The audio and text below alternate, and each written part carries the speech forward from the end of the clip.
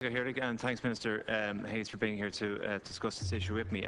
We've discussed this issue before about insurance companies and their non-engagement with areas of the country, and particularly the city, and obviously my own constituency, where householders have undergone an awful lot of hassle and discomfort and displacement in some circumstances because of the irregularity of weather patterns over the last number of years. There have been quite a number of severe weather events over the last number of years, and this has caused huge distress to areas across the city.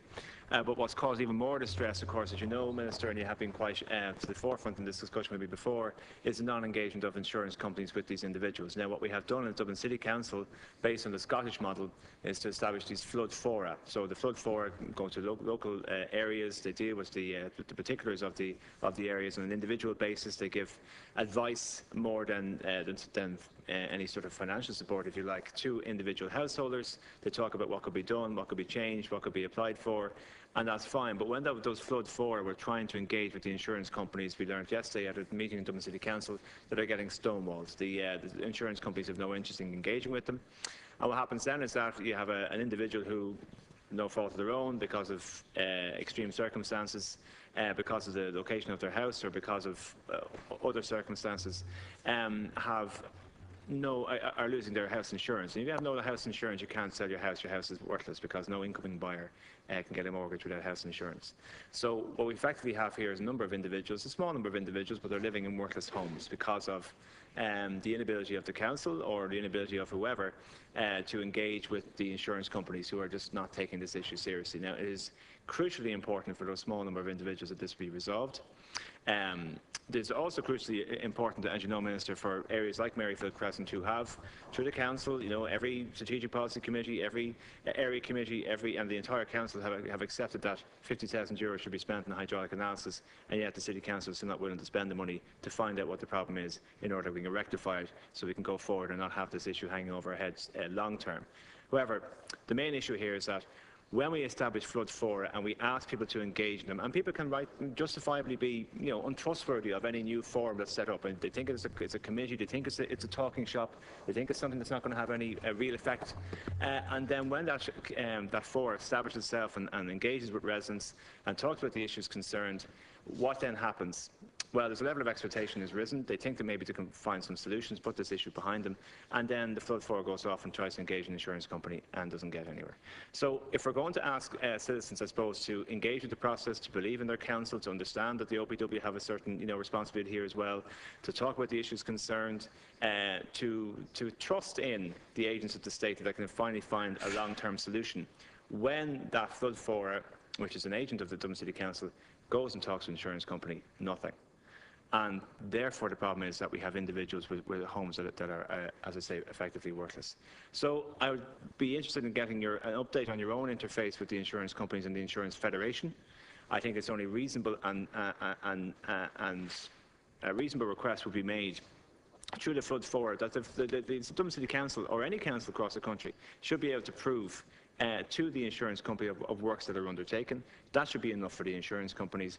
The householders should be able to get on with their lives and not have the situation constantly hanging over their heads, Minister, where every time there's a black cloud, this is how serious it is, every time there's a black cloud, people get nervous, people start worrying, people think that they're going to have a major weather event that's going to seriously impact on their lives again. So they can't move on, they're stuck. And I'm asking you just to, again, update the House and myself on your own engagement with the Insurance Federation and individual insurance companies. Thanks, Adhirg. Thank you, Deputy Minister. You have 4 minutes to respond. Last Ceann, I want to thank Deputy Aodhán Ó Ríordáin, who has once again raised this very important issue on behalf of his constituents, and I fully appreciate his frustration at the lack of progress that we've seen across a number of different agencies. And I also genuinely do understand the frustration of the local community around the Nanakin, who every night are worried about whether or not a substantial amount of fluvial rainfall could affect their own homes, and the consequent damage that causes and the lack of insurance that it's there.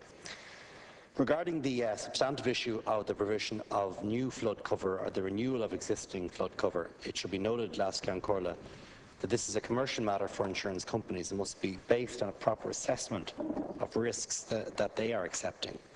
These are often created on a case-by-case basis, and it's important to be clear that neither the government nor the central bank has any influence on this. The central bank's Consumer Protection Code contains no provisions that compel an insurance company to accept a particular insurance risk. I have to say this is written from the perspective of the Department of Finance Deputy, so I might put some of my own flavour on it later on in our reply. I understand that insurers try to provide flood cover wherever possible. However, in some cases, flood insurance is sometimes non-economically viable for insurance companies. And in the interest of keeping premiums affordable for policy holders in general, insurers decline flood cover for new business for some risks, or in certain cases, need to withdraw flood cover at renewal. I understand that flood insurance cover is available to most householders, with an estimate of about 2% of policies nationally where there are difficulties involved. Furthermore, I understand that when making an underwriting decision, an insurer reviews a property claims history and any flood protection measure implemented by the Office of Public Works or indeed by the local authority. As a result, some people will pay a higher premium because the flood risk is higher, or will have a higher flood excess on their policies. I'd remind the Deputy that the avenues available to those having difficulty, complaints or queries in seeking insurance cover through Insurance Ireland's free information service. However, the fact that approximately 2% of householders cannot obtain flood insurance cover last year in Corla is a matter of concern to the Government. I and my officials in the Office of Public Works have had ongoing discussions with the insurance industry in relation to the transfer of information on completed flood defence schemes. In January of this year, 2013, a working group was established with representatives from the OPW, Insurance Ireland and the main household insurance companies operating in the Irish market to address this issue. This work is proceeding satisfactorily. This will allow the insurance industry to take into account the levels of capital investment in flood protection measures over several decades by the OPW when assessing flood risk in localities where flood measures have been completed. Ultimately, it's a matter for the insurance companies to decide on how this information will be used, but they have committed to take the information into account in their assessment of risk. This will facilitate the provision of flood cover in all areas that are protected by completed schemes. So the question that arises in respect of the Nanakin, which the deputies brought to my attention, consumers, is exactly that. If we can get a completed scheme there by way of dialogue between the OPW and the local authority, and put in place a flood defence which the insurance companies are satisfied meets the 1 to 100 year event, or slightly less than that, then insurance cover will flow. In a circumstance where there is no such completed scheme, it's very difficult to predict that insurance cover will follow in that scenario. And what we're trying to do between the Insurance Federation and the OPW is come to an agreement on that, which has been slow in obtaining. But I hope we can see some agreement in the not too distant future, which will give some measure of hope to people in this regard. Thanks, Minister. Deputy O'Riordan, you have 2 minutes. Sorry, deputies, it's just, if you don't mind taking it just a little bit beyond the chamber there, thanks. We can hear it down here. Thanks. Look, I appreciate that. Look, the Minister is well aware of the issue, and I appreciate his response. And in this particular case, what we do have is, okay, we have a flood fund that's been established. We have residents who are in need. We have insurance companies who are non-engaging. And meanwhile, we have a recommendation that a hydraulic analysis take place on the river in question, and it's not going ahead. So we can't have a solution for the insurance companies until a hydraulic analysis takes place that could actually identify what the long-term solution is. So we're in a classic catch-22 situation. Insurance companies not engaging because they have a certain understanding of the risk. We have a better understanding of the risk if the City Council was to agree to spend the 50 grand that has been agreed right across the board and every councillor in Dublin City Council, unanimous motion and all the rest of it, yet the City Council is not willing to spend the money.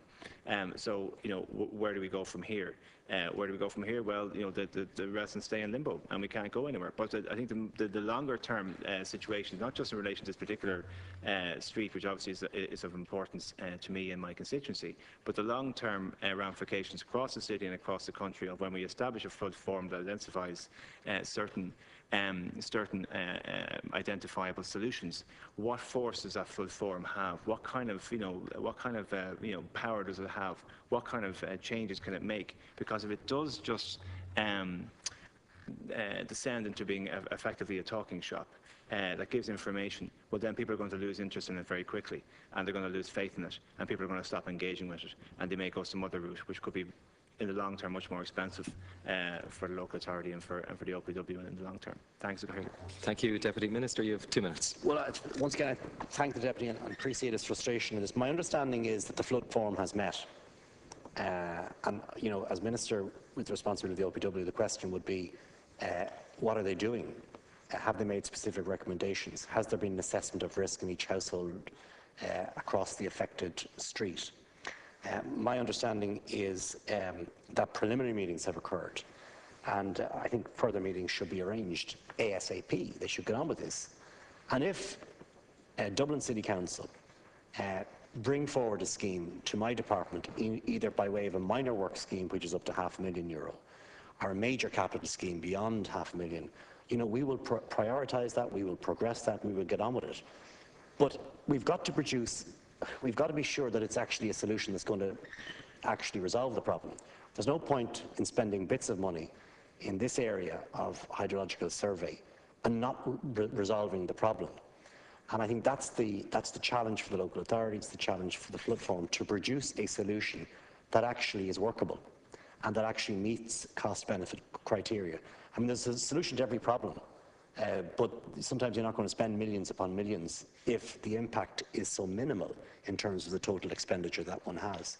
So, I will look to see exactly where stands the flood forum, what exactly are they doing, are they making recommendations to my department, and I have a very open mind, Deputy, about how we can help Dublin City Council and the residents across the Nanakan who have been so dreadfully affected by this.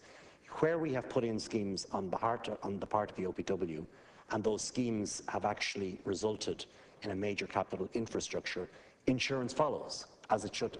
I mean, if we rectify a problem, the insurance companies will get back in there because it's in their interest to make money out of it, quite frankly. But in a circumstance where we haven't spent the money, I can't see them making that investment in flood cover in a circumstance where we haven't produced a solution. We need to get to the solution, if there is a solution. That's the question. Thanks, Minister.